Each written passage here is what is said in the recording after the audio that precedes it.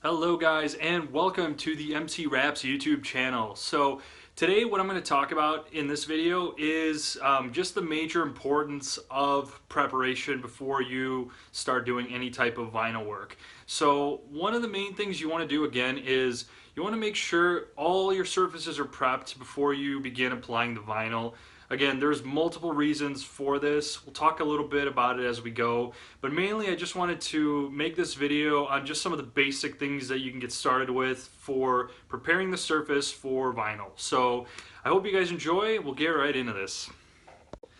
Alrighty, first and foremost is you are going to need some kind of spray bottle. So for this one that I have here, it's nothing too high tech. It's one that does the job. You want preferably one that mists the liquid onto the surface, because again, if you get the one that just kind of shoots it in a concentrated line, it may not be the best thing.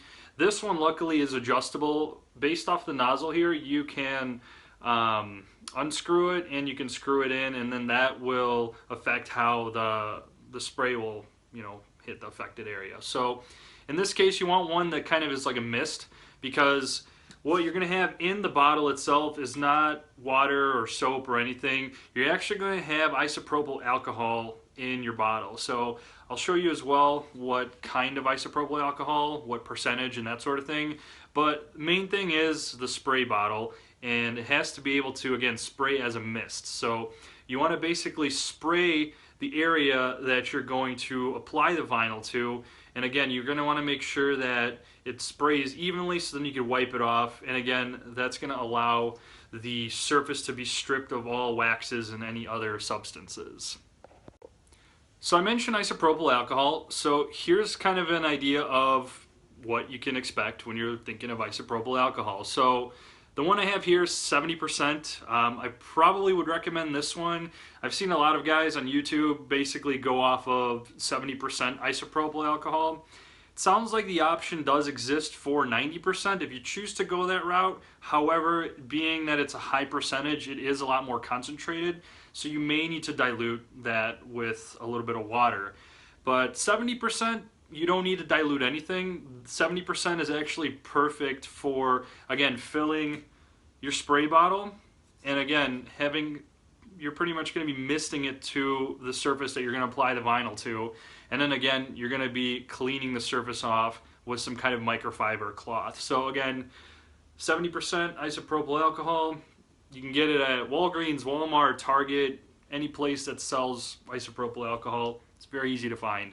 But again, those two components are definitely an important start. Now the whole process is wiping the isopropyl alcohol off once you've sprayed it to the area. And that, of course, comes down to microfiber cloths. So again, I just went to Walmart, bought like a pack of these. They're not super expensive. You can go to really any automotive shop, like AutoZone or O'Reilly's, again, or Walmart. Again, they sell them in packs of like 10 or 15 for maybe like 10 bucks. Not super expensive, but again, you want something that's not too rough. So again, this will kind of help, again, clean the surface after you applied isopropyl alcohol. Nothing too extreme there. You want to just make sure that the surface itself is dry afterwards. Remember that isopropyl alcohol does evaporate over time. So again, you don't want to have like a sopping wet mess or anything like that either.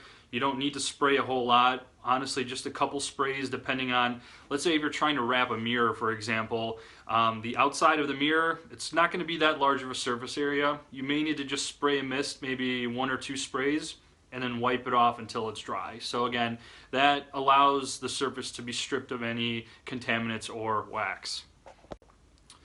Now, getting towards the last step of preparation, you are going to want some masking tape. So this is just regular painter's tape. You can find literally anywhere, Walmart, Home Depot, Target, etc. So the perks of this is, let's say, going back to my mirror example, so let's say if I didn't have knifeless tape, for example, again, just a quick overview of knifeless tape, is it's basically a roll that has, it's pretty much, it looks like green little tape, and it has a string within that tape. And all it is instead of using a blade, you use this knifeless tape to cut the vinyl. It's usually better, especially when you're trying to do like inlays or something, or again, somewhere where you're not wanting to use the blade to avoid scratches to the paint. That's kind of what knifeless tape is. Again, super high level explanation, but I have in my video for beginner tools, it kind of talk about it a little bit more. Anyway, if we're going to be masking off some of the edges to avoid blade marks, that's kind of where masking tape comes in handy. So a lot of the times if you find recesses within your vehicle that you're cutting on, again, the blade will sink through no problem, but it's all about the edges that are outside of that recess. So you want to make sure you tape the edges off, just because it prevents future scratches in case your blade slips or whatever the case may be, to avoid, again, scratches to the customer's vehicle, or if you're trying to do it yourself, avoid scratches to your own paint. Like for example, I wrapped my mirrors in carbon fiber. There's a very minor recess in there, and again, it's very risky to do it with a blade. Again, if you're steady-handed and very professional, it can easily be done.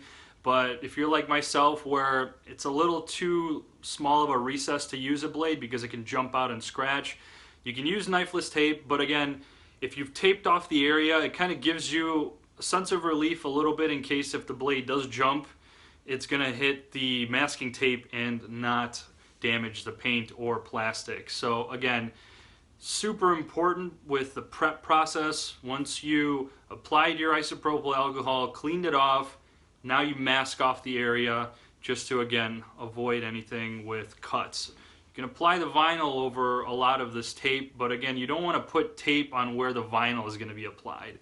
It's more so where you're going to be cutting is where you want to make sure you mask off correctly. So again, super important. Every job that you do, again, you should just be as careful as can be, and this is going to be one of those things that can, again, save you from making any errors on your end. So, not going to summarize too much here, since we kind of already, it's a fairly short video talking about the basics, which I covered. But anyway, just kind of going back and stressing this point, it's extremely important to, again, prepare your area before you apply any vinyl wrap. The reason why, if you leave it pretty much dirty and it's contaminated, the vinyl is just not going to adhere correctly. So you're going to go through all the work and it's going to be a crap job, because then it's not going to stick properly. It could fall off, or it can start peeling prematurely, maybe even a few hours after application.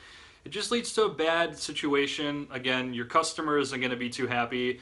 If you do it for your own cars, for example, you're probably not going to be too happy about it either when things are coming apart.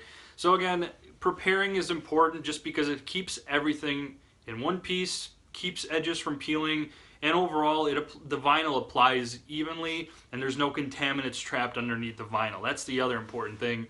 Anything that is on the surface, if you apply vinyl on it, it's going to be within that, that vinyl. It is basically going to possibly show through the vinyl, especially if it's little pebbles or any type of small, like maybe even like grains of sand or something, for whatever reason. Any little thing, it will show through the vinyl. As most of you probably have seen, if you wrap over scratches or rock chips or anything like that, it does show within the vinyl. So to avoid all that in the beginning, it's going to save you a ton of time later on. And again, it's going to have no negative effects from when your customer has the finished product and, you know, problems there. But anyway, that's kind of the quick rundown. I hope you guys enjoyed this video, and hopefully it was informative enough so you kind of know what to do when it comes to vinyl wrapping something, whether it's yourself, meaning your vehicles or someone else's vehicle.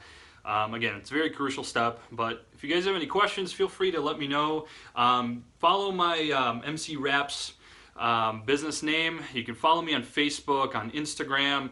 Subscribe to this YouTube channel, as I like to post a lot of informative stuff that has to do with vinyl wrap. And again, check out my Facebook and Instagram page for some pictures of my own cars and customers' cars for some of the work that I do. So kind of gives you an idea of what I do. And yeah, thanks so much for watching, guys, and have a good day.